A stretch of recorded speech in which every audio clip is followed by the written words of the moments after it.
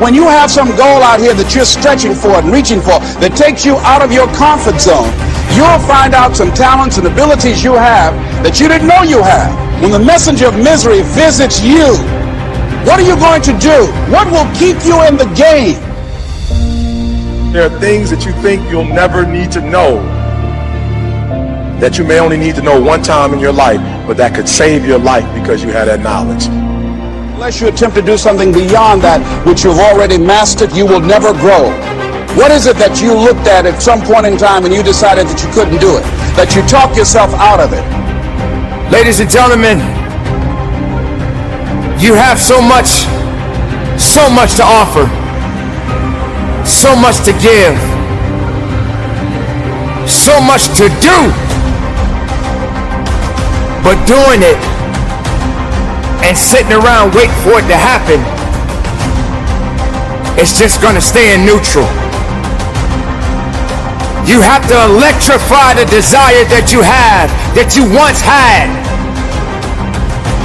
So the next time you feel like complaining, you feel like worrying, and you're so concerned about other things that doesn't necessarily concern you, ask yourself,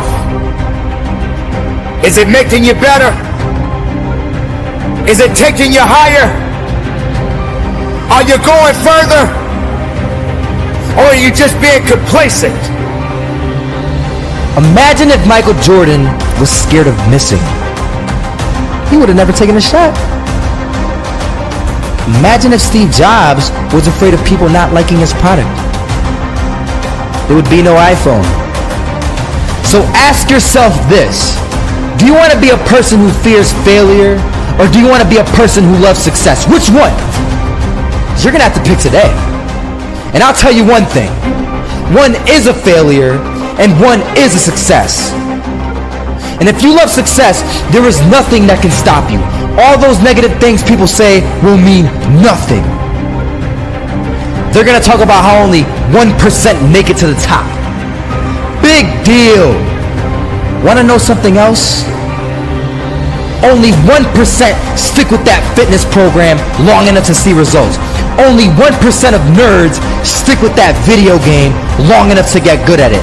Only 1% of relationships stick it out to the end. That doesn't mean you have a 1% chance.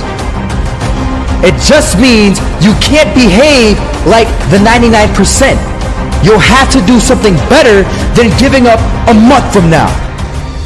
Right? Of course, you don't just give everything you got all the time, right? You get to a point where you learn to be efficient and effective in every aspect of your life. And for most people, it's not a problem of skill set.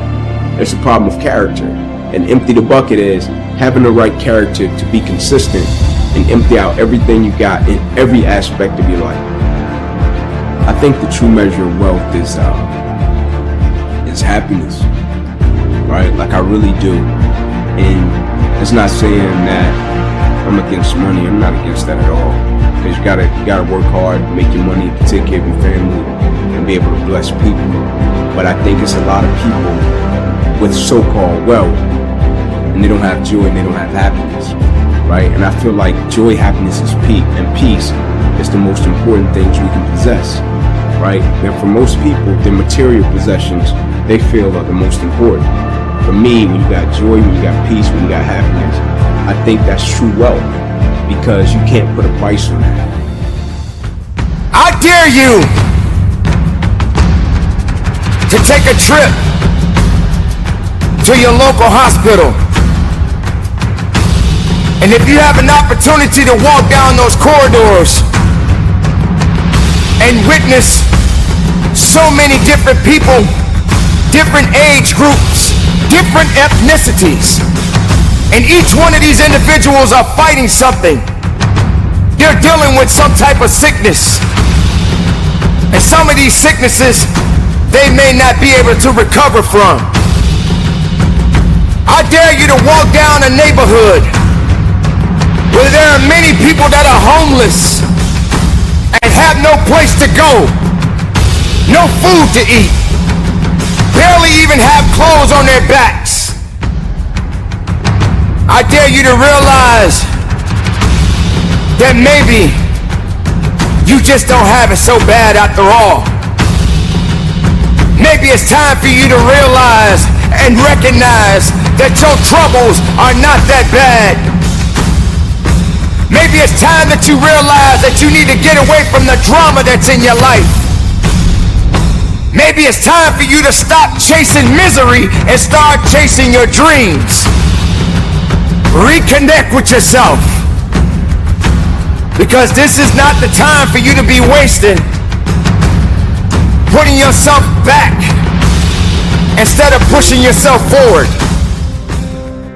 I want to explain the biggest myth that most people think leads them to success. And here's the myth.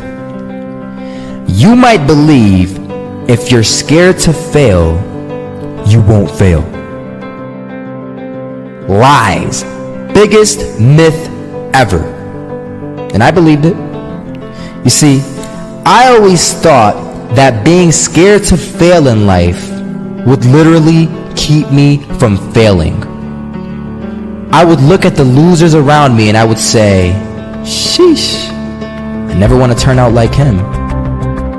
I really believed this train of thought would help me succeed.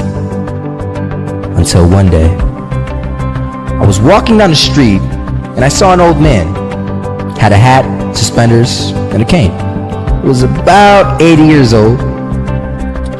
This old man was barely walking. He could walk, but the cane helped a lot. He was struggling. Everybody is against you or don't believe in you no more. And let me tell you something, that's a lonely feeling. It's a lonely feeling, particularly people that you're doing it for. Most people take their greatness, take their ideas to the graveyard with them. Listen to me. If it was easy, everybody would do it. There are people right now who are working who don't want to work. There are people who hate their jobs, but they keep getting up to do it. The wealthiest place on the planet is the graveyard. Because in the graveyard we will find inventions that we never ever were exposed to. Ideas, dreams that never became reality. Hopes and aspirations that were never acted upon. I think we help people in different ways, right? It's almost like leadership, right? You find some leaders that are vocal, right, that can talk. You find other leaders that lead by example. They're not big talkers, right? They're just the guys you watch. They're gonna do their thing, and you can point to them and say, hey man, you see the way that guy works and does his thing? Follow him.